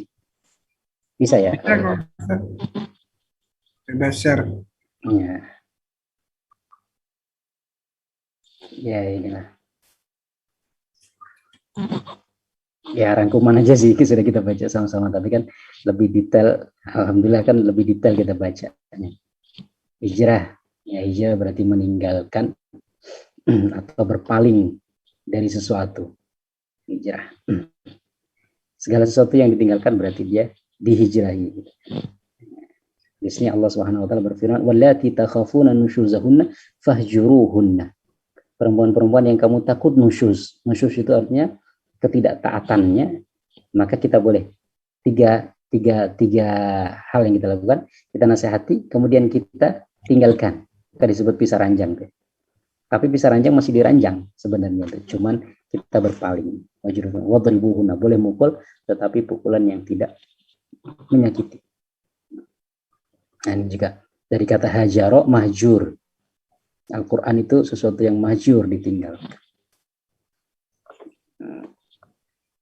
Meninggalkan sesuatu, hijrah meninggalkan sesuatu kepada sesuatu yang lain sebagai cara untuk mendekatkan diri kepada Allah. Secara makna istilah, artinya kalau kita meninggalkan sesuatu tetapi nggak ada maksud mendekatkan diri kepada Allah, maka nggak disebut hijrah dalam artian secara terminologi, secara istilah syariah. Artinya ketika kita merasa hijrah berarti kita meninggalkannya itu karena Allah, bukan karena sesuatu. Hijrah ini ada hijrah orang, meninggalkan orang ini mungkin pernah kita singgung. Wasbir ala ma yaquluna wahjurhum hajran jamila. Dan bersabarlah atas apa yang mereka ucapkan dan tinggalkanlah mereka dengan cara meninggalkan yang baik. Rasulullah diperintahkan untuk meninggalkan orang, menghijrahi orang. Ya, banyak orang-orang yang tidak baik ya kita tinggal. Hijrah perbuatan, meninggalkan perbuatan. Perrujiza fahjur dalam surat Mudathir. Dan perbuatan dosa menyembah berhala tinggalkanlah. Hijrah tempat. Nah ini baru. Hijrah tempat itulah Rasulullah diperintahkan untuk pindah dari Mekah ke Madinah. Peristiwa hijrah tahun kelima terjadi hijrah pertama ke Abyssinia, Habasyah. Nah, kan? Itu terjadi karena Rasulullah merasa kasihan dengan sahabat-sahabat yang mendapatkan banyak penindasan dan lain sebagainya. Hijrah ke Abyssinia terjadi 2 kali. Gelombang pertama 14 orang, 10 laki-laki, 4 perempuan, dan yang kedua terdiri dari 102 orang, 83 laki-laki dan 11 perempuan. Dan pernah dibohongin juga mereka. Jadi pernah orang-orang musyrik itu karena mereka sampai Amr bin As itu kan datang ke Habasyah untuk menarik orang-orang yang hijrah ke sana itu ya. Yang minta suaka kepada Najasyi gitu. Ya. Tapi nggak berhasil karena Najasyi nggak melepaskan. Akhirnya dibohongin, dikatakan bahwasanya Muhammad sudah berdamai dengan orang-orang Mekah. Orang-orang Mekah sudah pada masuk Islam. Akhirnya mereka balik ke Mekah. Setelah balik ke Mekah, ternyata sebagian ditangkap, sebagian ada balik lagi. Nah mereka tetap tinggal di sana sampai Rasulullah dan beberapa sahabat hijrah ke Madinah. Baru mereka kemudian pindah ke Madinah. Maka ada seorang sahabat perempuan namanya Asma binti Umais, kalau saya tidak salah. Itu dia pernah berdebat dengan Umar gitu. Bukan berdebat. Umar mengatakan, kami itu lebih baik daripada kalian. Kami hijrah ke Madinah duluan. Kalian belakangan gitu. Karena ketika Rasulullah hijrah ke Madinah, sahabat-sahabat ikut ke Madinah, itu orang-orang Habasyah baru kemudian disuruh untuk ke Madinah. Akhirnya mereka kan terlambat datangnya ke Madinah. Nah Umar mengatakan, kami lebih dekat dengan Rasulullah karena kami duluan hijrahnya. Akhirnya beliau protes kepada Rasulullah, masa Umar ngomong gitu ke kita? Akhirnya Rasulullah mengatakan, enggak, kamu justru mendapatkan 2 kebaikan karena kamu 2 kali hijrah.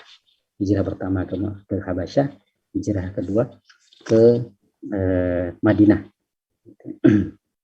Kemudian tahun 10 kenabian, tahun kesedihan, Rasulullah kemudian pergi ke Taif, Isra Mi'raj, Bai'ah Aqabah pertama, Bai'ah Aqabah kedua.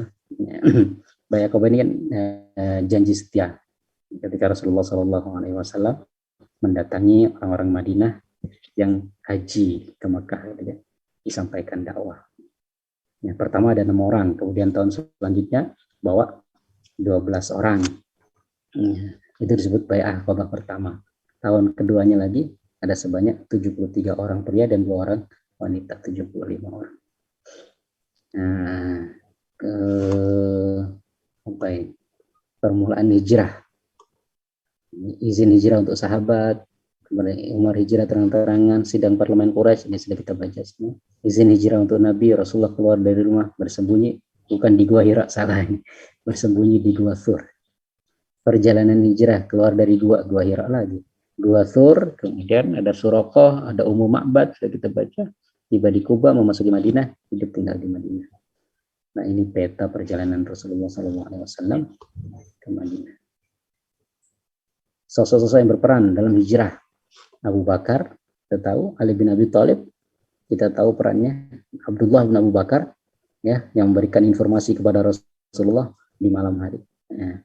Kemudian Amir bin Fuhairah, kemudian Abdullah bin Uraitib, ada Asma binti Abu Bakar, anaknya Abu Bakar. Beberapa kisah haru dalam hijrah, Mus'ab bin Umar, Ummu Salamah, kemarin sudah kita baca. Sejarah penetapan kalender hijrah, Abu Musa al-Asy'ari mengusulkan kepada Umar, Umar menyetujui, kemudian sahabat bermusyawarah, ada yang ditetapkan awal tahun hijriah, kemudian ditetapkan bulannya, awal bulannya. Ya. Awal bulannya dimulai dari mana? Mau dari Ramadan atau dari Dzulhijjah atau dari Muharram? Akhirnya ditetapkan Muharram, dianggap sebagai bulan 1 gitu, dalam kalender ini. Hikmah di balik peristiwa hijrah yang pertama, Rasulullah melibatkan semua unsur masyarakat. Ada anak-anak ketika itu, Ali bin Abi Thalib masih usia muda, ya kan? Kemudian melibatkan perempuan, ada Asma binti Abu Bakar. Melibatkan generasi tua, Abu Bakar sendiri. Ya, melibatkan budak. Ya, Amir bin Fuhairah itu budaknya Abu Bakar. Melibatkan pemuda yang lain juga, ada Abdullah bin Abu Bakar. Bahkan melibatkan non-muslim, yaitu Abdullah bin Uraitib. Artinya dalam membangun suatu masyarakat, jalan ya, jalan sebagai penunjuk jalan. Nah, artinya untuk membangun masyarakat madani, melibatkan banyak unsur. Kemudian menyusun strategi dan siasat yang baik. Rasulullah saja perlu menyusun strateginya, sampai jalannya harus muter dan lain sebagainya. Yang ketiga, jagalah Allah maka Allah akan menjaga. Artinya Allah Subhanahu wa Ta'ala menjaga Rasulullah, seperti kisah-kisah yang kita baca kemarin ya, bagaimana di gua, kemudian ketika Suraqah hampir mendapatkan beliau, Allah jaga beliau. Mencari teman atau sahabat yang baik. Ya, Rasulullah ketika ingin hijrah, dia selektif juga. Saya mencari teman, kita harus ada partner dalam berjuang ini kan, kita butuh partner, nggak bisa sendirian. Rasulullah saja untuk berhijrah butuh partner, dan partner yang dicari benar-benar orang yang bisa diandalkan, gitu. Nggak sembarangan orang. Selanjutnya, pemimpin harus mendahulukan rakyat, ya, karena Rasulullah menyuruh sahabat-sahabatnya hijrah lebih dulu. Kemudian menempuh hukum sebab akibat. Nah, ini kemarin sudah kita singgung, Rasulullah sebagai Nabi tapi masih terikat dengan hukum alam, ya. Masih sakit juga, masih lapar juga, masih capek juga, dan lain sebagainya. Allah, ya, itulah sedikit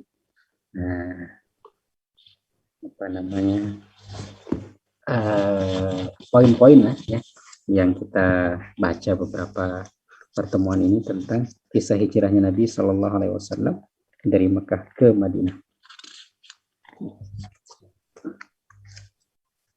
Sudah, Fadi? Ya, demikian teman-teman. Mungkin ada yang mau ditanyakan atau ada yang mau menambahkan hikmah, pelajaran yang bisa kita ambil dari beberapa pertemuan terkait perjalanan hijrah Nabi kita Muhammad Shallallahu Alaihi Wasallam. Pak Didi mungkin mau menambahkan?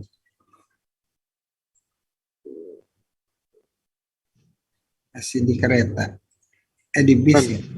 Bus ya. Dan Saya baru 10 menit yang terakhir itu belum. Ya, secara umum itu perjalanan hijrah dari yang dari keluarnya dari rumah sampai ini mungkin ada yang menurut Pak Didi yang kita mungkin perlu ambil hikmahnya samping tadi yang disampaikan Ustaz. Jadi hijrah itu saya ingat satu, orang yang pertama kali sholat Jumat itu bukan Rasulullah SAW, tapi siapa anak muda itu Ustaz yang dikirim ke Madinah untuk ngajar itu, Mus'ab bin Umair. Itu orang pertama dia di Kuba bersama sahabat pertama kali melakukan sholat Jumat. Dan ketika itu pas baru beberapa hari kemudian Rasulullah datang, barulah sholat Jumat pertama jadi bersama Rasulullah Muhammad SAW. Kuba sudah di Madinah. Tapi sebelumnya orang pertama sholat Jumat itu adalah Mus'ab bin Umair. Itu saya ingat. Apalagi ya, pas Rasulullah sebelum masuk ke Madinah, sholat Jumat pertama bersama Rasulullah itu kalau saya di Kuba, khutbahnya singkat saja. Saya lupa apa pesan khutbahnya sudah lama. Apalagi yang saya ingat ya. Khutbah pertama. Perjalanan hijrah itu bukan perjalanan yang baik. Kita pindah dari Jakarta ke Hong Kong naik pesawat pakai AC tapi betul-betul perjuangan yang berat buat mereka meninggalkan harta bendanya, mereka meninggalkan kampung halamannya ke tempat yang mereka belum tahu apa yang mau terjadi. Kemudian cuacanya di Madinah itu berbeda sekali dengan di Mekah. Jadi setahun pertama itu para sahabat itu sakit sampai Abu Bakar Siddiq itu sampai sholatnya duduk. Yang sama Bilal sakit demam tadi ya? Ya semua sakit parah karena cuacanya ganti cuaca. Jadi banyak hijrah itu bukan kayak kita pindah dari Indonesia ke Hong Kong, tapi itu perlawanan dan perjuangan fisik yang luar biasa buat mereka. Mungkin itu aja yang saya ingat.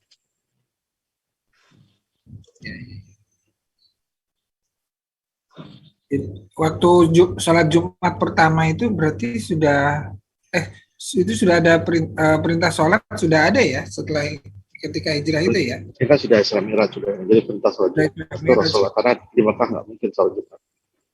Nah, disampaikan ke Mus'ab bin Umair yang pertama kali sholat Jumat. Dan sudah ada tata cara khutbahnya juga ya? Iya, tata caranya. Nah, sunnahnya Mus'ab. Nah, di khutbah Jumat itu Mus'ab itu bersama 40 orang. Sehingga disitulah mazhab Syafi'i itu beranggapan bahwasanya salat Jumat itu didirikan tak boleh kurang dari 40 orang. Gitu ya. Nah, kalau Rasulullah tadi kan ada 100 orang. Maka di situ dalam mazhab Syafi'i itu harus 40 orang. Dan nanti perbedaan pendapat 40 orang itu harus semuanya mendengar atau yang penting 40 orang gitu. Tapi sebagian mazhab lain seperti mazhab Maliki itu mengatakan 12 orang sudah cukup. Bahkan mazhab Abu Hanifah ya namanya Jumat ya sama kayak jamaah gitu. Yang penting lebih dari 1 sudah boleh. Nah, yang biasanya kita itu kan kalau kurang dari 40 berarti tidak salat Jumat kan. Biasa. Karena berdasarkan dengan riwayat dari Mus'ab tadi ketika dia ini nggak diceritakan ya Ustaz? Karena dia sebelum Rasulullah. Mus'ab ini kan datang duluan untuk mengajarkan itu. Ya, tapi Rasulullah pertama kalinya Jumatan yaitu. Wallahu alam apakah tata caranya kemungkinan ya bisa memang mungkin sudah diajarkan oleh Rasulullah. Atau mungkin kadang-kadang kan sahabat itu walaupun dia tidak mendapatkan sesuatu ya berdasarkan ijtihad beliau. Nanti baru ditanyakan kepada Rasulullah. Kalau Rasulullah nggak menyalahkan berarti betul. Seperti kisahnya ada sahabat tuh yang ketika sholat, ketika mau sholat tidak dapat air, akhirnya tayamum. Setelah tayamum ternyata dapat air. Akhirnya di situ maka salah sebagian sholat, satu sholat lagi, satunya tidak sholat lagi. Intinya kalau ada suatu hukum yang memang tidak pasti maka sahabat berijtihad. Nah, nanti ditanyakan kepada Rasulullah. Nah, kalau Jumatan Mus'ab, Allah alam, kemungkinan Rasulullah sudah memerintahkan.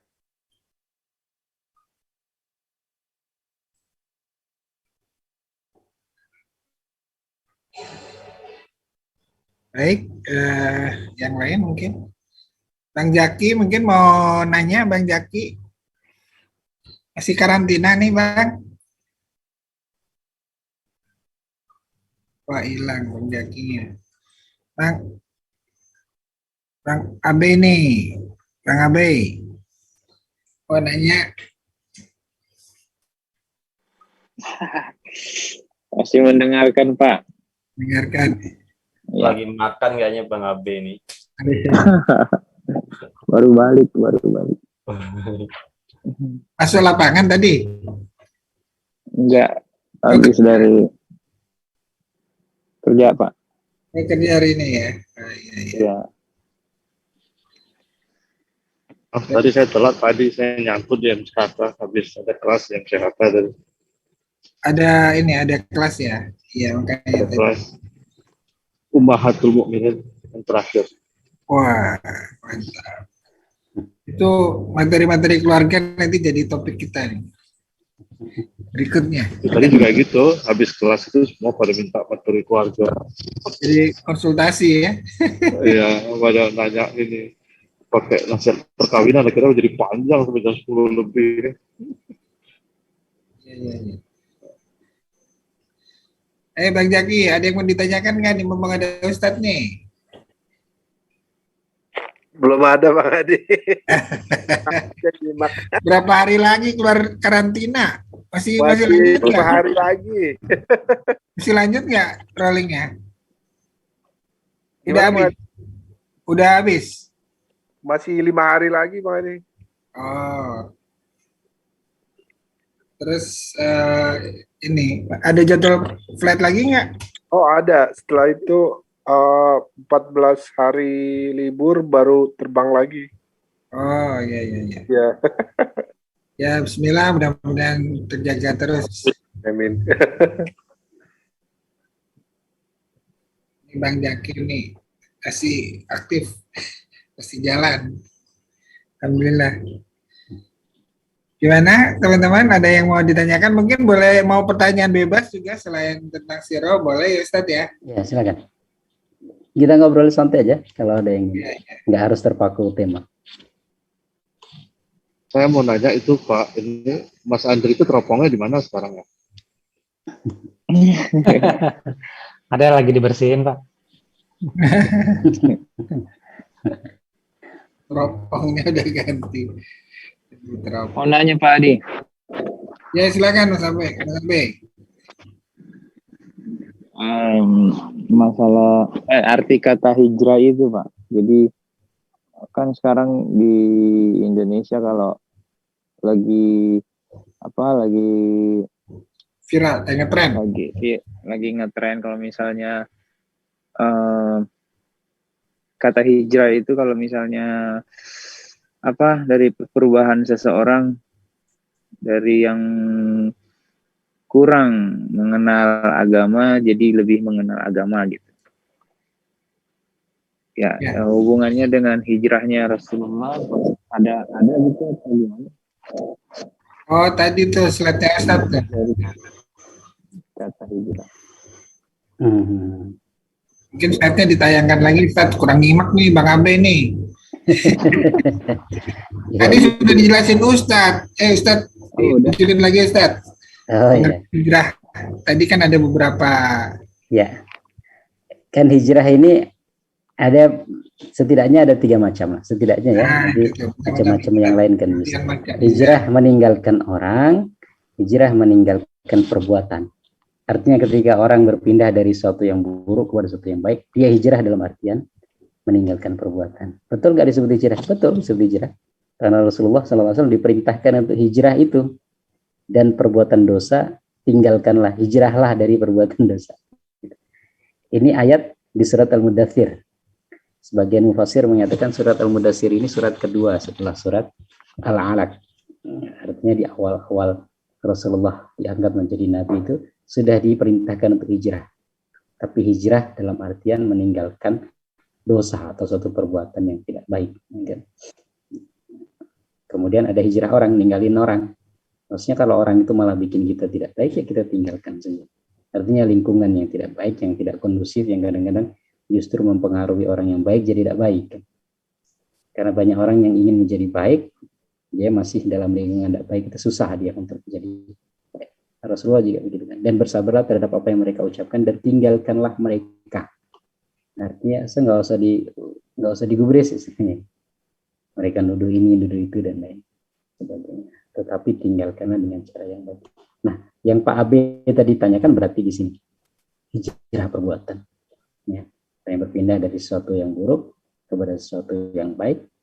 Kaitannya dengan hijrah Nabi apa? Ya itu tadi. Karena hijrah secara bahasa artinya meninggalkan. Ya. Dan Rasulullah SAW dalam salah satu sabdanya beliau mengatakan, la hijrata ba'dal fathi innama jihadun wa niyyah.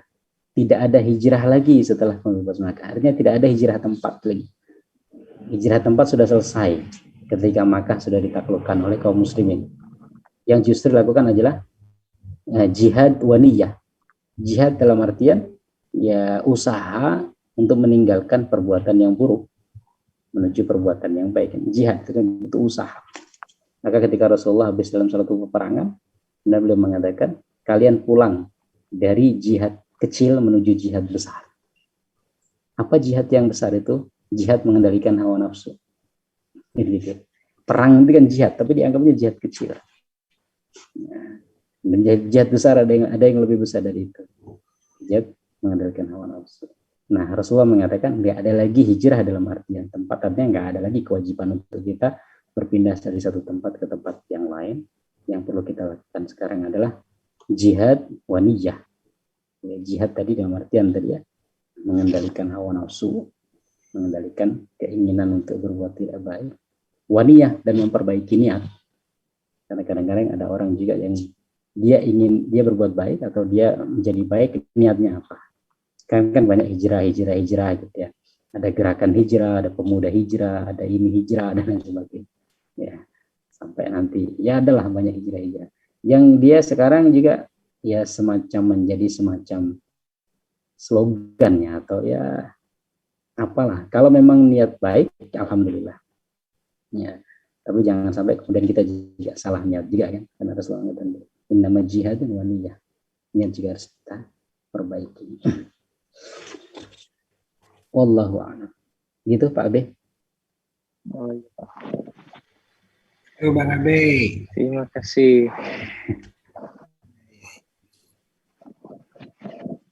Yang lain mungkin ada yang mau ditanyakan, bebas silakan.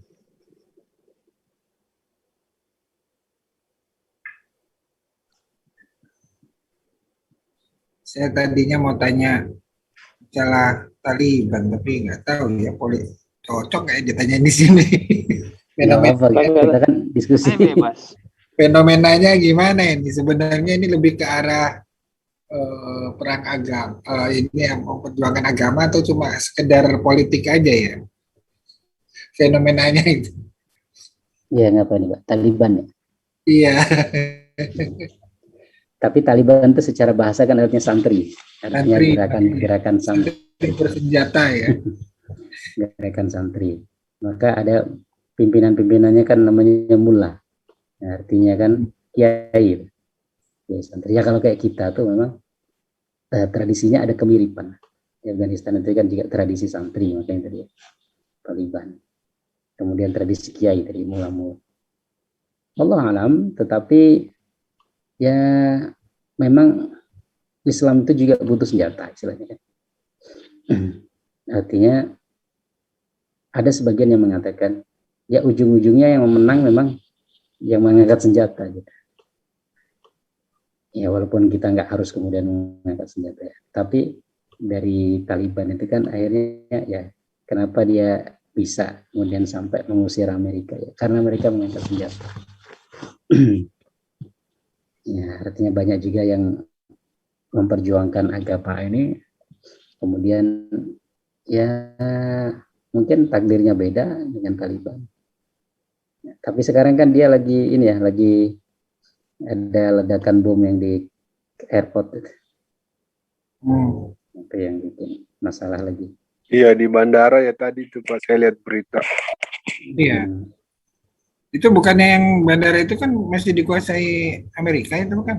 ISIS-K yang ngeledakin. ISIS K itu dari Khorasan. cracknya mana gitu, saya lupa. Khorasan, mereka itu menyebutkan daerah Khorasan. Khorasan itu kan ya daerah itu Iran, Afghanistan. Itu dulu kawasan Islam disebut dengan kawasan Khorasan. Jika kita baca sejarah Islam di Khorasan itu kan di Asia Tengah, gitu. Termasuk sebagian Pakistan gitu, jadi termasuk bagian Khorasan. Nah, orang ISIS ini artinya bikin wilayah di Khorasan. ISIS itu kan sebenarnya Suriah, Irak dan Syam ya. Tapi kemudian mereka bikin Khorasan. Nah mereka wallah alam, tapi sekarang juga saling lempar ya. Karena Amerika mengatakan ya mereka bisa masuk, berarti kan kelalaian Taliban, karena Taliban yang mengendalikan jalur apa namanya ya penyeberangan jalur untuk masuk itu kan Taliban. Tapi Taliban juga mengatakan ya kan ledakannya ada di kawasan kekuasaan Amerika di dalam bandara. Tapi ala kulihal itulah daya namanya dunia berputar ya. Dulu Amerika ngancurin Taliban karena Taliban berkawan dengan Al-Qaeda ya. Nah sekarang Taliban kemungkinan berkawan dengan Amerika untuk menghancurkan ya ISIS atau Al-Qaeda. Allah alam. Karena kata Biden kan kita punya musuh bersama sekarang. Sama-sama lagi. Ya sama-sama dirugikan dari ledakan. Taliban menganggap ISIS juga sebagai musuh ya? Karena memang sejak 2014 kalau saya tidak salah atau 2016 ya sudah terjadi beberapa kali ini juga peperangan antara Taliban dengan ISIS di kawasan Khorasan itulah, di kawasan Afghanistan.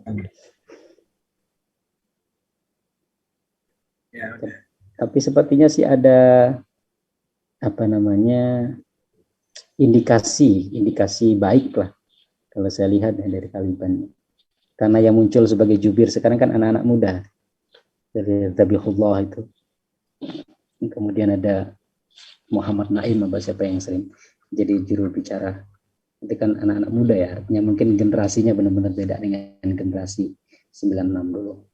Allahu a'lam, mudah-mudahan. Karena memang di awal kemunculannya dulu umat Islam sendiri ini juga banyak yang menentang juga Taliban dengan sikap yang sedemikian keras.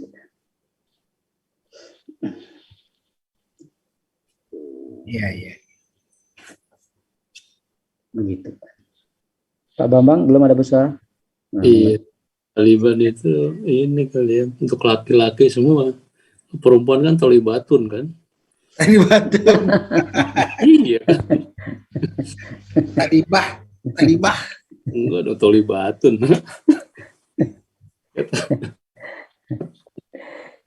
Iya. Di Indonesia gimana kabarnya Taliban? Di mana? Pak Bambang. Di Indonesia gimana kabarnya Taliban? Taliban ya di pinggir jalan biasanya itu ada tuh dijadiin kursi. Taliban. Oh itu mah Taliban itu mah. Taliban Haji. Afgan, Taliban, sama Pak Kabul katanya. Pak Kabul. Jadiin kursi di pinggir-pinggir jalan tuh dekat tambal ban. Ada banyak Taliban tuh. Iya. Itu di Indonesia. Tapi kalau saya lihat berita-beritanya memang banyak menyudutkan sih ya. Jadi Allah alam sih, maksudnya ya sengaja membuat frame gitu. Ya yang ditampilkan itu ini gitu. kebengisannya ya. Padahal mereka ini sudah mencoba untuk berubah sebenarnya. Ya buktinya yang pertama ketika memasuki Kabul kan tidak ada pertemuan. Yang kedua mereka tuh membiarkan orang yang mau keluar silahkan gitu. Kalau mereka benar-benar, nah ini kan udah bantai habis aja gitu. Iya. Ya kayak Kemarin Amerika keluar dari video yang itu Vietnam. Bunuhin orang di tengah jalan itu berdarah-darah, serem banget beneran lah itu. Baca di Detik, baca di Tempo tuh ya. Itu kok yang. Tapi kalau baca sumber-sumber ini sih, sumber-sumber lainnya, sumber-sumber bahasa Arab terutama itu. Ya memang sih ada yang pro kontra kan, tapi kita bisa lebih imbang gitu. Cuman itulah kalau saya lihat karena orang Indonesia ya banyak mengkonsumsi itu, terutama yang mungkin tidak bisa bahasa Arab, tidak bisa bahasa Inggris ya, sehingga konsumsi informasinya itu hanya dari sumber-sumber lokal, itu agak bahaya juga. Jadi framingnya belum benar kelihatan. Menyudutkannya itu benar-benar kayak nggak adil. karena informasi yang baik itu nggak, itu tadi ada yang kemarin kan yang terakhir itu Taliban sudah bisa dia mau diajak apa namanya presenter perempuan dia. Oh ya Pak, kemarin saya lihat di beritanya. Yang presenter perempuan itu kalau dulu mana ada perempuan itu tidak boleh nampak keluar kan. Untuk keluar aja tidak boleh gitu. Kalau mau keluar harus pakai cadar semua apa dan sebagainya. Tapi kemarin sudah boleh tampil di TV dan juru bicara Taliban juga mau dia melayani. Nah kayak gitu tuh nggak diinikan gitu loh. Ini kan ada artis Afghanistan yang jadi model karena kabur dari Taliban, yang jadi model di Korea atau apa terus baca.